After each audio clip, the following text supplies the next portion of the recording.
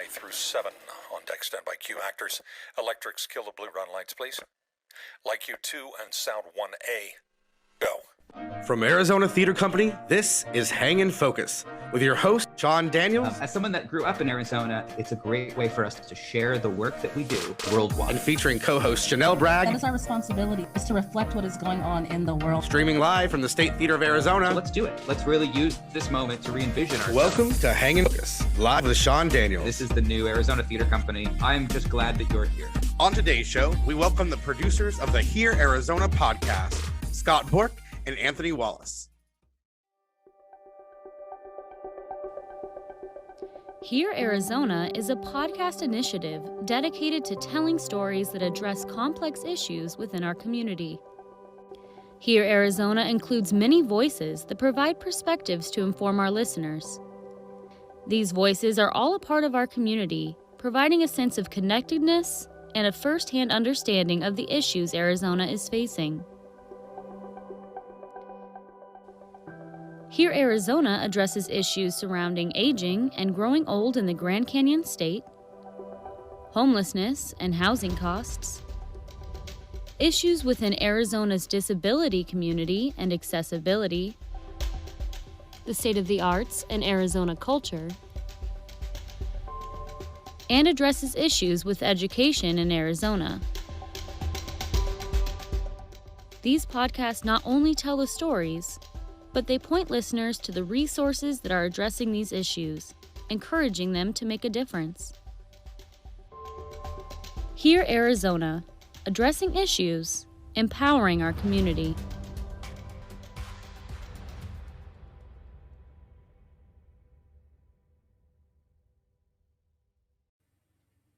Hello, everyone, and welcome back to Hang in Focus Live.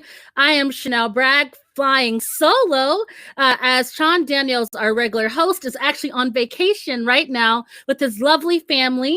His daughter Vivian is getting a chance to hang out with those grandparents, and it's been a long time since the pandemic. And of course, they are enjoying the old mouse down in Florida. So we're really excited, sending all of our love to Sean and his family. We already miss him so much, and we're looking forward to when he returns next week.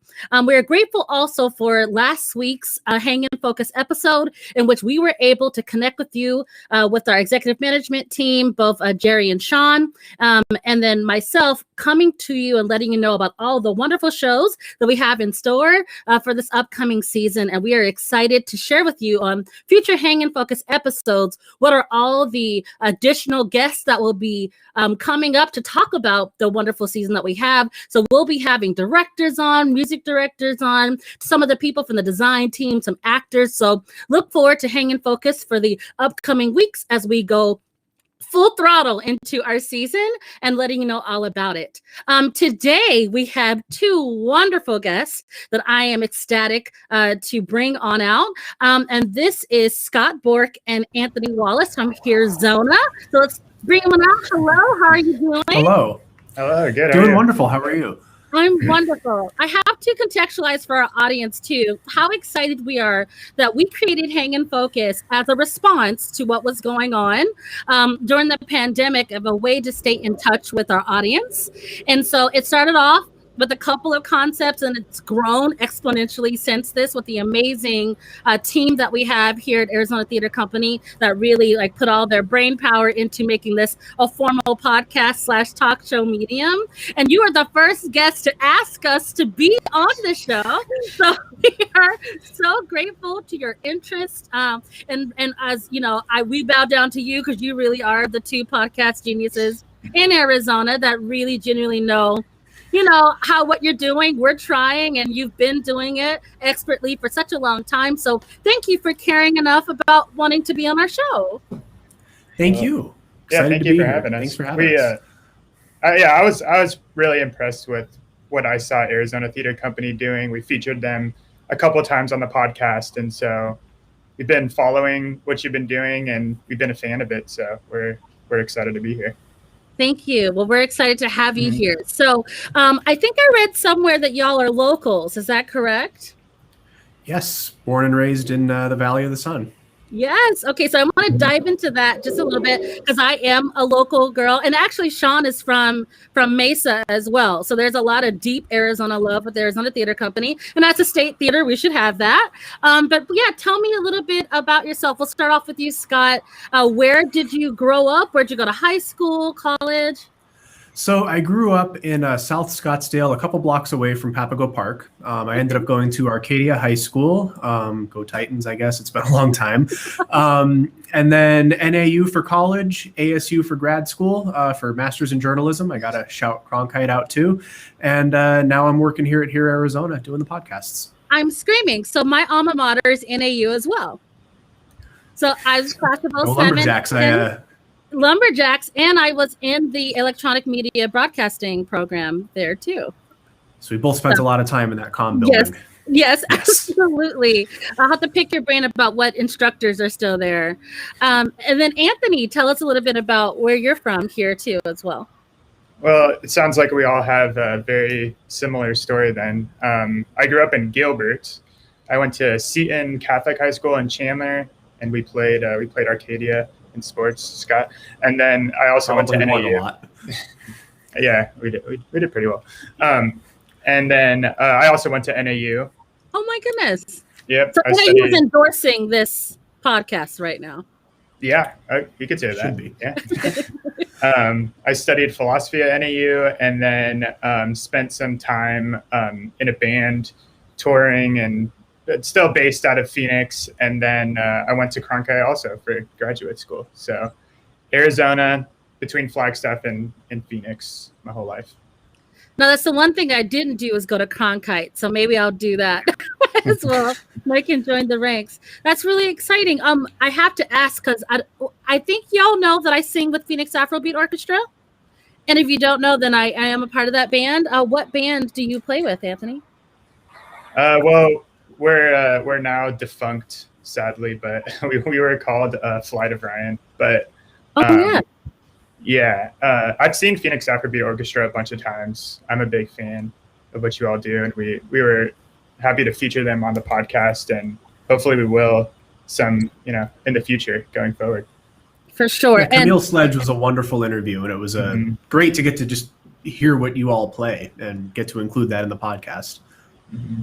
For sure. And we actually, for our audience, we had Camille Sledge on around the realness when we put up that digital presentation, because Camille is such a heavy hitter with the School of Hip Hop and all of her contributions to the community, with that show being Hip Hop in Nature. She was an easy fit to have her as a guest featurette on our podcast as well. So shout out to Camille Sledge if you're watching.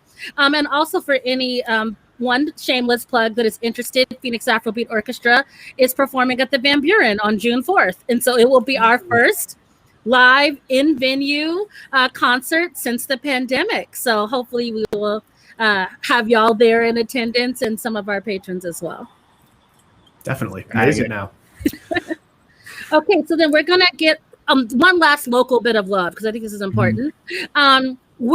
What is your favorite haunt? Like your favorite entertainment venue, favorite bar, favorite place to eat? Anthony, I'll let you go first on that one.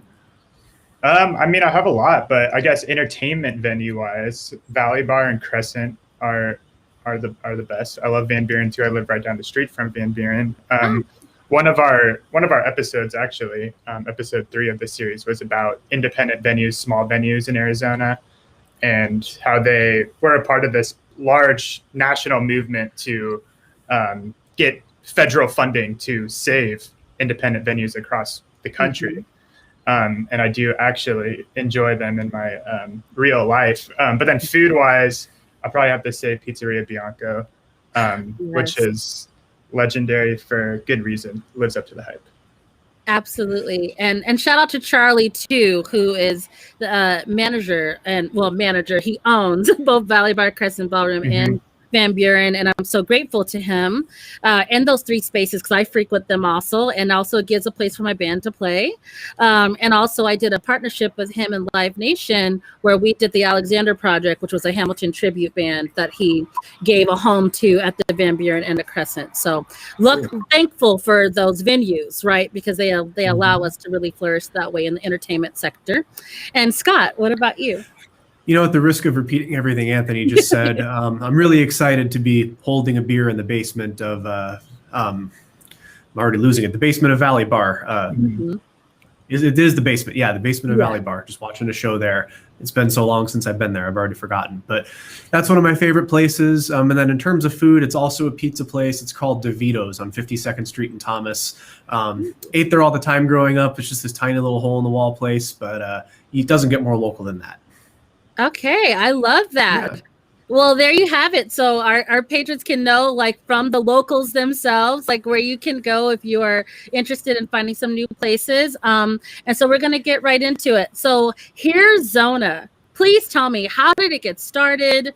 What was the birth child? How long it's been a podcast platform? And if you can give like an elevator pitch of exactly what like it covers, I think a lot of people will run to your platform to check it out. Yeah, totally. So our slogan, our catchphrase is addressing issues and empowering the community. The thing podcasts have that issues don't is that podcasts have a voice. Issues themselves don't have a voice. They need someone to, speak for them. And that's what podcasts are really effective with. With storytelling, we can use our own voices and the voices of experts and community members and, people in nonprofits and the people affected by these issues to talk about the issues.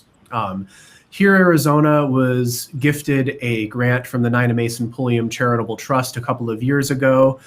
So far, we've done seasons or series on aging issues. The wonderful KJZZ reporter Kathy Ritchie did a great series on aging. Our producer Jay McCullough did a series on disability accessibility. I've done series on homelessness. Catherine Davis Young has done series on housing. Anthony's done the arts. I've done education. But the brainchild behind Here Arizona, specifically with Podcast 2, is in broadcast radio, you have about 4 minutes to tell a story maximum. Podcast, there is no real maximum time. So you can really get the depth of storytelling. You can speak to more people. You can have a much broader and much more deep dive on issues than you can with radio. So we got the grant from Nina Mason Pulliam, and it came to the Division of Public Service at Rio Salado College, which is KJZZ, the newsroom, KBOC, the classical music station, Sun Sounds of Arizona, which is a reading service for the blind. Basically, they read, newspapers and other stuff on the radio for the blind. Mm-hmm. And so we added Here Arizona to that, which is our, depth podcast service that, seeks to give a deep dive on local issues. That is incredible. And you said it's only been instituted for a couple of years? Yeah, so I joined Here Arizona in November of 2019, and I had started work on the 3rd series. So there were 2 series. No, I lied. I started on the 4th series. There was the aging series before me, the accessibility series, and the affordable housing series. So it's been around just over 2 years. Okay, great. And then Anthony, so when did you get involved with Arizona? I started at the beginning of this year. So I just graduated from Cronkite and was very happy to start working on this project. I love podcasts. I love long form storytelling. I think Scott said it really well. I mean, what we try to do is, we're all vaguely aware of these issues that exist in our community, whether it's homelessness or arts, lack of funding for the arts. So what we try to do is really find the people that have, personal stories that can illustrate those issues, and then we're also really focused on solutions. So we're looking for the nonprofits that are really working to, make those issues better. And so what we try to do is, have people emotionally connect to these issues. And then hopefully if you're, really interested and you want to do something after you hear our podcast, we also provide all these links to these organizations that are that are trying to fix the problem. And also just want to shout out the Virginia G. Piper Charitable Trust. That thanks to them, we're able to do this art series. They support the arts project, and we just hope that we can spread awareness for these things and give people a deeper understanding of them and the organizations that are really like working to try to make a difference. And real quick, I do want to emphasize we are entirely nonprofit. All of our funding comes from grants and donors. So, Intel, the F Squared Family Foundation, Nina Mason Pulliam, Virginia G. Piper, all of these organizations make this possible to do good nonprofit journalism like this. That is so cool. I'm not as familiar with Nina Mesa Pulliam, but I'm assuming, isn't that connected to the Arizona Republic at some point, the Pulliam family? I know that the Pulliam family has a connection to the Republic. I can't really speak to that, but I believe there is some sort of connection there. Yeah. No joke. Talking about deep Arizona roots, my grandmother was affiliated with the family for many, many years as one of their main caretakers, on the grounds of their house and stuff like that. So I used to go to the house and clean them with my grandma when I was a little girl. So I was like, oh my gosh, I wonder, I should reach out to the Pulliam family.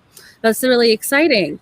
Okay, great. And so as far as the local arts section, so what I hear from Arizona, you cover lots of different beats, right? Which I think are really wonderful. And a lot of the beats, though, are primarily centric to the community, centric to what's important, whether it's economic sustainability or it's like highlighting.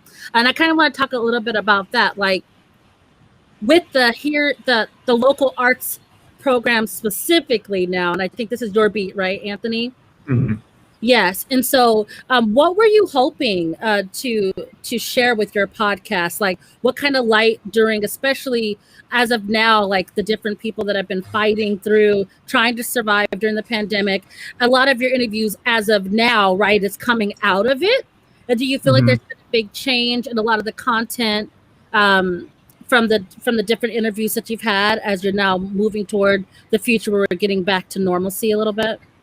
Yeah, I mean, it definitely has. Things have changed a lot since I started working on this in January. Just a couple months ago, there was really zero events of any kind happening.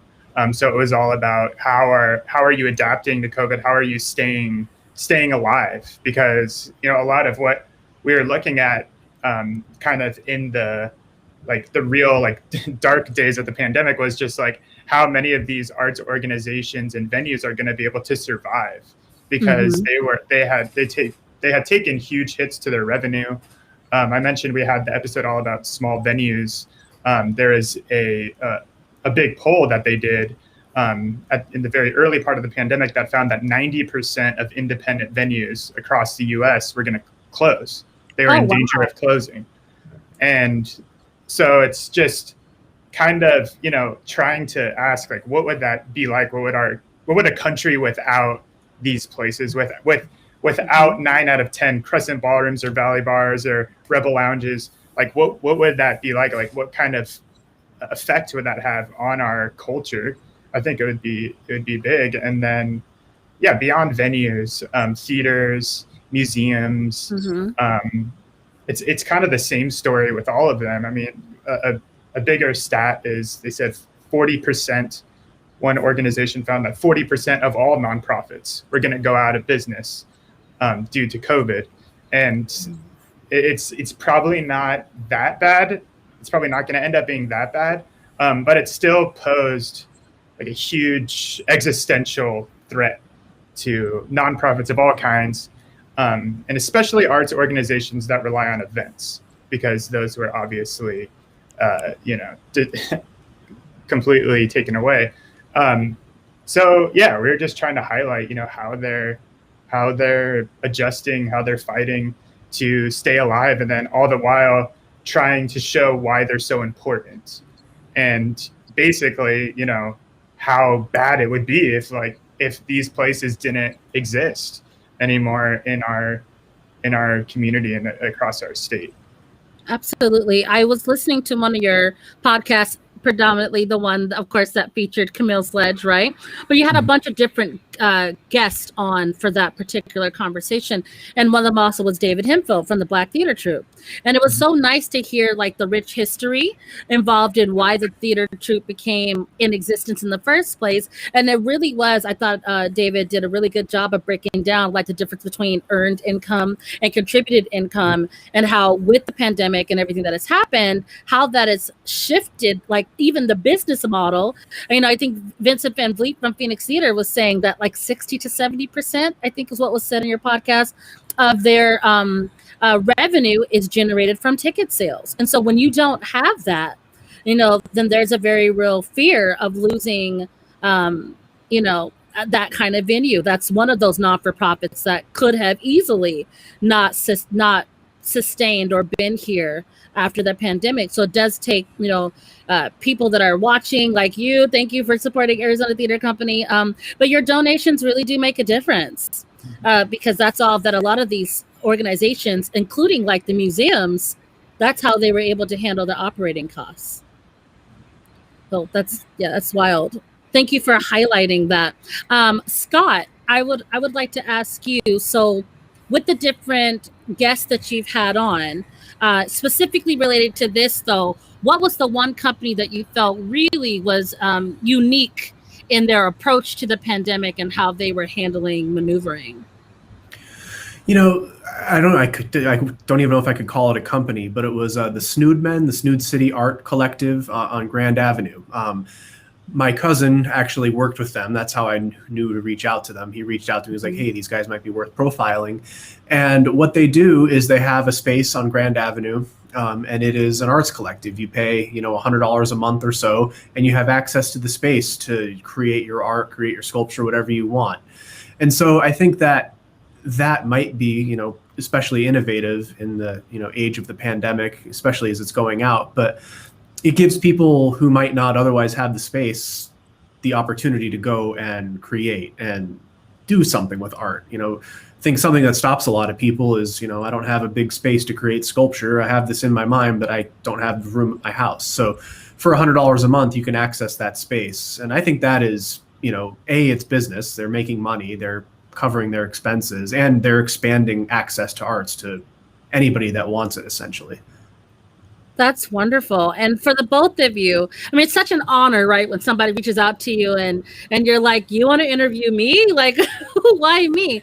But I guess my question is like, how have your guests reacted to being reached out to, just in general? But also let's talk about this year, because this year has been heavily involved with, we've had some pretty significant milestones in the last year, whether or not we're talking about the pandemic, or we're talking about being an election year, we're talking about this social justice, turn of our country that's having to deeply reflect on some of the ways that we're broken.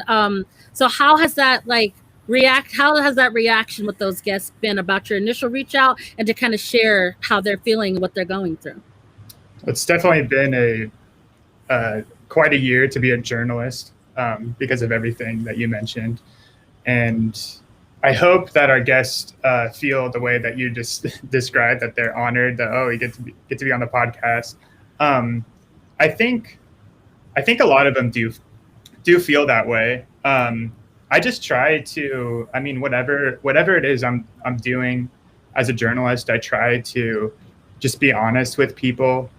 And, tell them what we're doing, what this story is about, what our goal is. Like Scott said, here at Arizona, we do have a goal, which is to make people, understand these issues like on a much more like a much deeper and more personal level, to really like emotionally feel how they impact people's lives.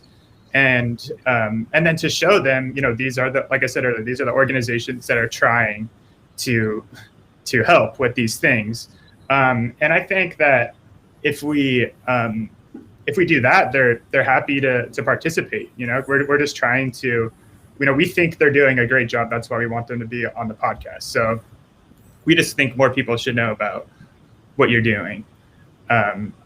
So yeah, I think so far it's been good. I think we've all been on the same page. And people have been happy to share their stories, and we're just trying to amplify them however we can. a lot of the arts organizations I spoke to when I first started doing the State of the Arts podcast was, you want to feature us? Why us? And I think the more Anthony's gotten into it, the more, they've been, of course, us. So I think the mood has definitely shifted positively the past few months. Definitely. Thank you for that. I don't know. I know as a podcast creator ourselves, right? And also on this medium on Facebook, it has been real interesting to us about what are the stories that we want to tell too. Like before I came on, because I just joined the team back in July. So kind of like you, Anthony, I was newer to this train that was already going. And although like I'm grateful that as an executive producer on this, I've been able to influence a little bit of how we've grown. But the team that was here before you, so shout out to the Arizona Theater Company team, was already doing such great work. And like even our beginning model, which was kind of hang and focus, which is a play on the lighting, like, in theater, how you hang and you focus the lights, but also to the idea of let's hang and have a fun conversation, but let's also focus on some very serious issues that are going on.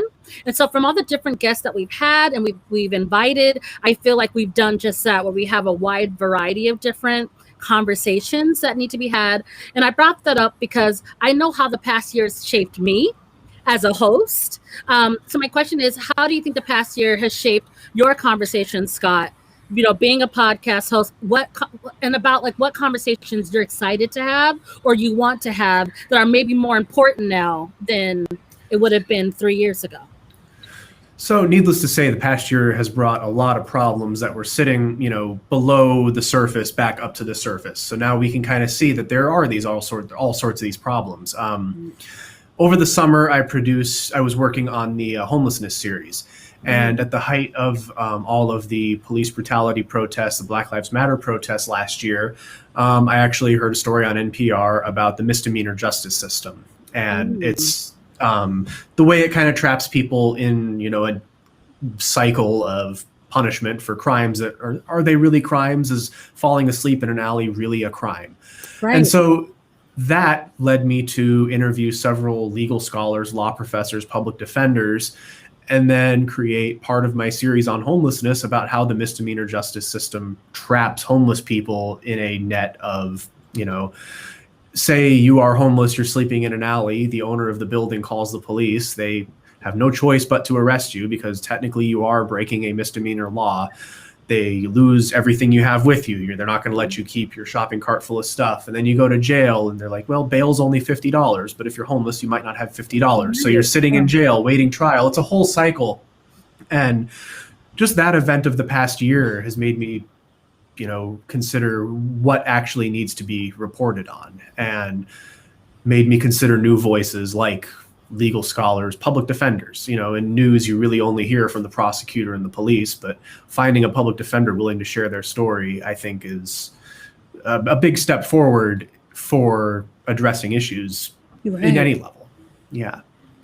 I could only agree. And I feel like for someone, I'm incredibly passionate about philanthropy. And so even you indicating that, that's something I didn't even know to think about. And that's why podcasts are so important, because it brings to light like that $50 bill. Then maybe someone hears that from your podcast and says, okay, well, I'm going to create this foundation into which then we could pay the $50 for different misdemeanors that happen. So that way we're setting up people for success, as opposed to seeing them, kind of sucked by this, excuse me, but like ruined by the system per se. No, definitely. And that's kind of why we exist. A good journalist is able to address the issues. I think we are able to address the issues, but on top of that, because of the nature of our work, we're able to highlight, these types of foundations, which, gives people the power to say, oh, I find this issue serious. This foundation is helping. I can either help that foundation or, change their perspective entirely. Yeah, absolutely. Well, you definitely have my brain going. I'm already thinking like, wow, how can I be a part of that change? Right. And so thank you for highlighting that very important work. Is there a particular subject that you haven't covered yet? And this is to the both of you, that you haven't covered yet that you're excited to cover for local issues? And we have some ideas bouncing around. Anthony, did you have one? Oh, I mean, yeah, tons of ideas. I think, I guess my general philosophy on it is there are so many more good stories out there than there are journalists or people to tell them. Like there's no shortage of good stories. There's no shortage of important topics. And I mean, yeah, I guess kind of going on what Scott was saying, I think last year, during the summer last year, I was covering juvenile justice at Cronkite. So I got to learn a lot about the justice system, policing and things like that. And then also over the past year, I've done a lot of Native American coverage, Indian country stories, going to the Navajo Nation. And I think like across, one thing that I see that I've heard a lot from Native Americans of all different tribes is that they feel less invisible. A lot of times they would refer to themselves as the invisible race. A lot of people literally don't even know that they exist. They think that they're just from history and they don't, they're not even really around anymore. And so they feel like, from everything that's happened in the last year, just a rising kind of awareness of social justice issues generally has really helped them too. And I think like art plays a huge role in that process. It's like art is just an amazing way to learn about anything, and to increase awareness about anything. It just does something that, words alone can't. So it seems like there's a good amount of optimism. And so, whatever we do, I just hope that we can continue the momentum in the right direction. I love that. Well, and this last year too has really helped us understand how adversely a lot of our marginalized populations were being affected by COVID, and specifically on the reservation, right? How many of our Indigenous brothers and sisters were so heavily impacted by that as well. So thank you for shedding light in those areas, because I think that education is absolutely needed. Even down to like, we're like, okay, like I feel like everyone's now acknowledging, land acknowledgements before meetings and stuff like that. It just, there has been a resurgence of trying, people at least seeming like they're trying to be better in these areas. But the more we can highlight and shed light on issues and within the community and different areas that are of interest, like the reservation, that are literally in our community, that we can highlight some of those. So thank you for your work. I just got to make sure that I say that. So I want to shift this conversation just a little bit. So the first, like I said, a little bit of hang, a little bit of focus. I am actually really interested in, and I understand the way that the pandemic has birthed, I feel like, a new generation of podcast makers.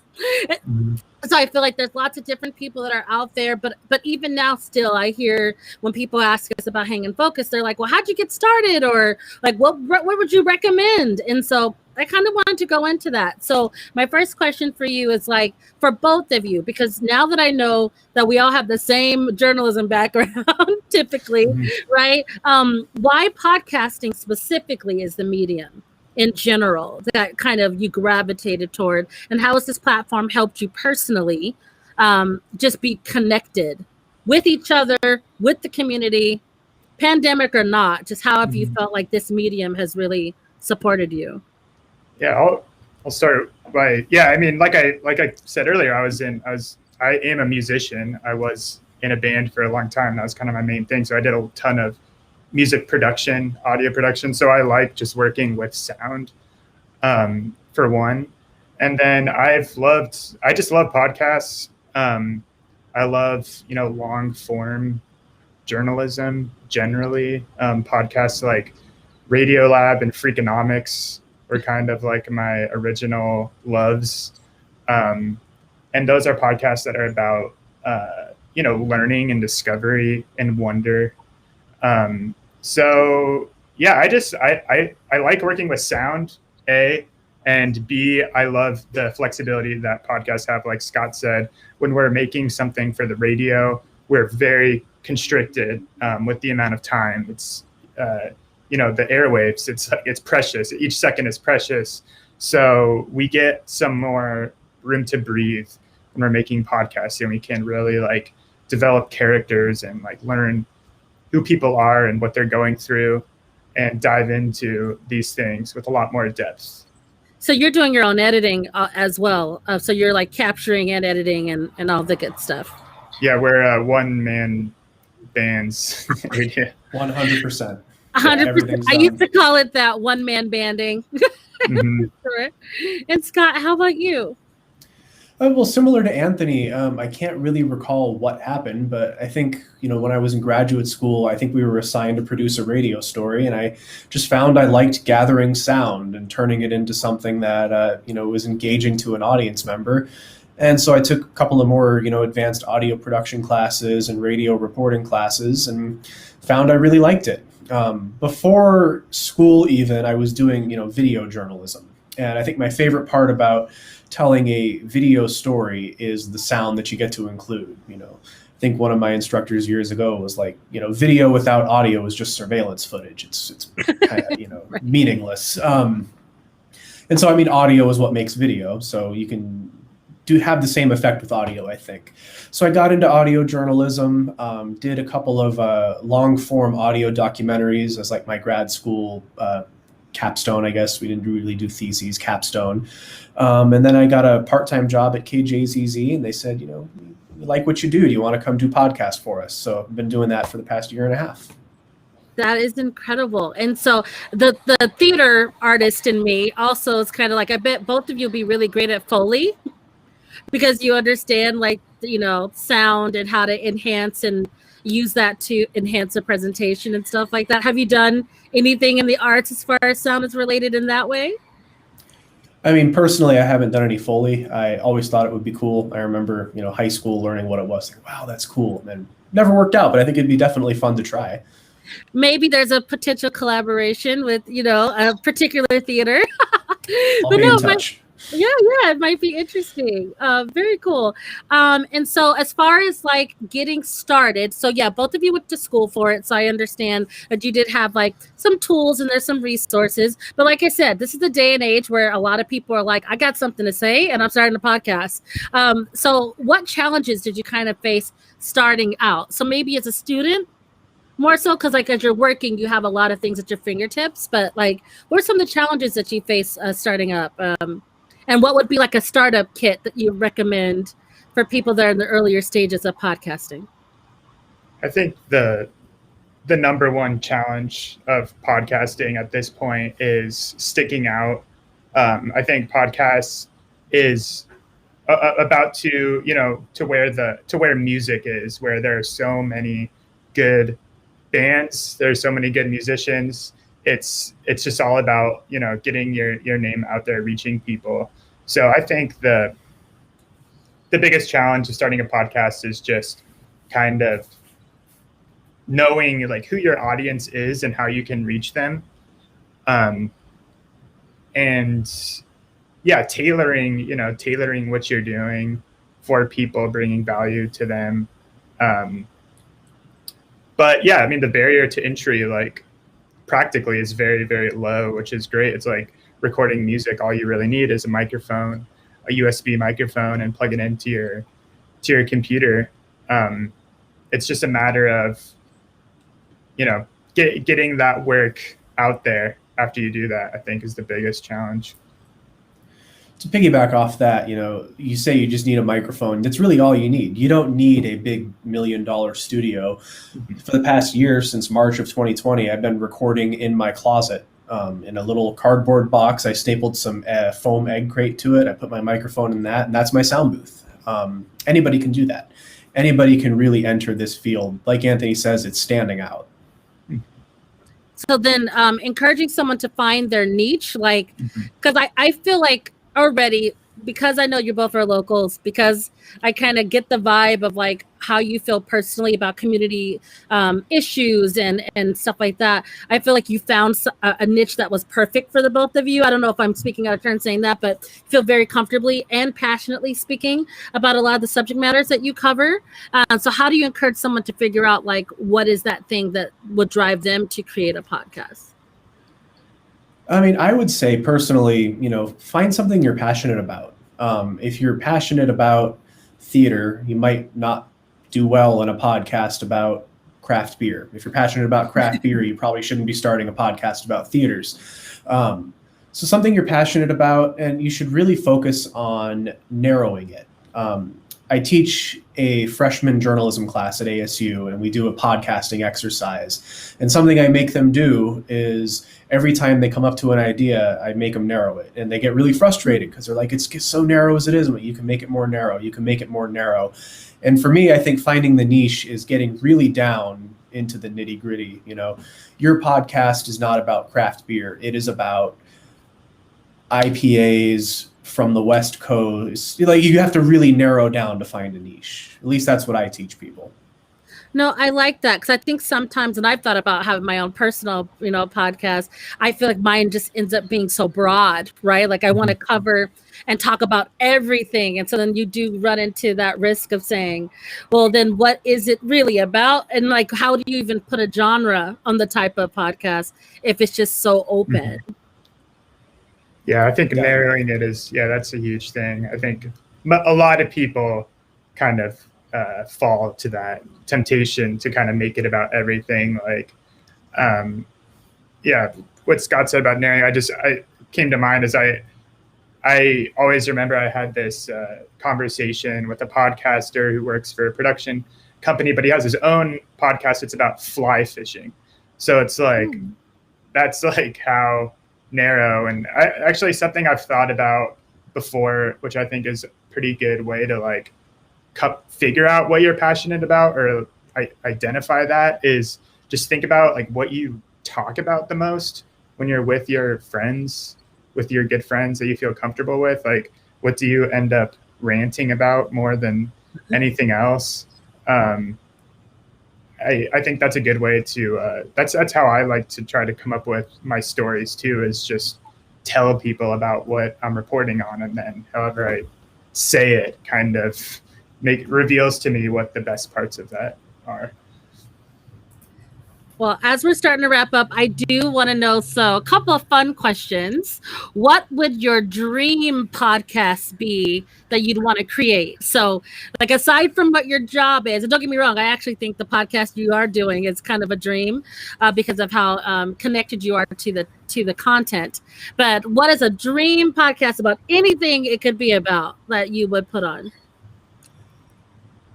I want to travel to every small town in the U.S. and find out what makes that town unique, and then do a podcast about that. Not every small town in the U.S., but travel to small towns in the U.S. and find out what makes them unique. I like that. If any funders are watching, maybe you could have someone sponsor that. Yeah. The travel company, travel channel. That's really cool, Scott. Yeah. And how about you, Anthony? That's a good one, actually. I actually think there should be more travel podcasts. I don't think that there's enough good ones. But I want to do something. I want to travel to Latin America, specifically Venezuela, and do a story about Venezuelan migrants. My hope is that in the next few years, things will improve there and the country will start rebuilding.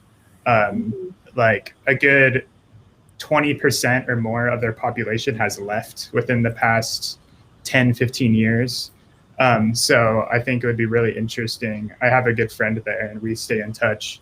I think it'd be really interesting to go there if and when things turn around, hopefully soon, and document what that's like, for everyone to come home and kind of rebuilding back to what it was.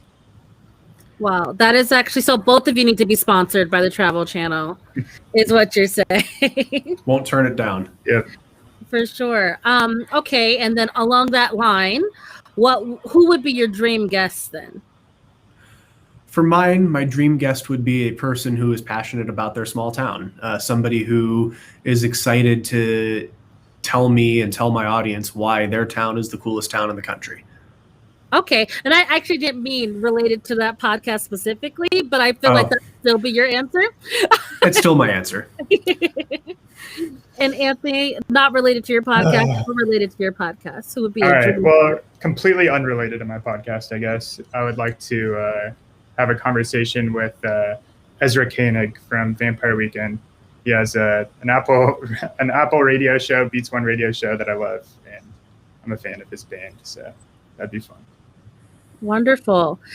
So before we go, we always ask our guests to give us a word. Now, that word encompasses where you are in this moment, how you feel. It could be in relation to Arizona and your podcast. It could be about the pandemic, or it could be about just how you're feeling today. We would like to leave leave you both with giving us a word that we could share with our audience today. Anthony, take us away. All right. I think the word I would choose is story or stories, I don't whatever form. But I just, I think like what we do, what we've been talking about, it comes down to the power of stories. Like it's the difference between, Scott was talking about homelessness. It's the difference between like hearing someone say a stat about homelessness or seeing a homeless person on the side of the road. And like hearing their story, how they got there, everything that led them there, this $50 ticket, and then hearing, all the policy and politics behind, why that's the way it is and the way the, housing market in Phoenix is developing. So I just think there's a real power to that. And stories are just about like, as fundamental a human thing as anything, as long as there's been civilization and there's been mythology and stories, and it's just kind of like how humans, make sense of the world, and that's what we try to do. I don't think we've had story on the podcast just yet, so that's wonderful. And Scott, This might be another word you've never had before. I'm going to say mindset. The reason I like doing this podcast is because it gives us the ability to help people shift their mindsets. A lot of the people I've spoken to after they listened to the homelessness series, they were very much like, I just thought homelessness was a personal failing. Either they were lazy or they were addicts. And after listening to the series, they came away, were like, oh, there are all sorts of, external factors that those individuals might not be able to control. The whole point of the podcast shifted my mindset. So I think we at Here Arizona have the ability to help people challenge their assumptions and shift their mindsets. I love that. And you're right. That hasn't been said. And we've had quite a few words. Thank you both so much. I'd be remiss not to leave the rest of this broadcast with you plugging your amazing podcast. So please let the people know how to check you out, your social media handles, Here Arizona's a way to listen to Here Arizona. So please take it away. So our main website is herearizona.org, and that's HEAR Arizona. You can find us on Twitter, Spotify, NPR One, Stitcher. Anthony, am I forgetting any? Yeah, wherever you listen to podcasts, you can find us. You can search State of the Arts. That's the series that I'm working on. Scott's. My current series I'm working on has to do with the K-12 education system in Arizona. It's called The Education Cliff. Unsheltered was the homelessness one. All sorts of different series to check out. Awesome. And your personal Instagram or Facebook, if people want to contact you both directly? Personal Twitter is Scott Bourque. My handle, I think, is SDBOURQUE1. Awesome. And on Twitter, I'm Anthony J. Wallace. I tweet facts every day. That's my thing. Interesting facts. So if you want those, and then of course all of the Here Arizona stuff and the other journalism that I do, you can find there. Wonderful. Thank you both for being amazing guests. Thank you for reaching out to us, because then you introduced to me a podcast that I didn't know of before you guys reached out to us. And I've been able to listen to quite a few of your podcasts in preparation for this. But also, though, it really made me excited to just know about this amazing medium that I didn't know about before. And thank you, of course, for highlighting my band and Camille and all the great stuff. And thank you for what you're doing for the community. Truly. Thank you. Yeah. Appreciate you having us on. Awesome. Yeah, thanks a lot. Thank you so much.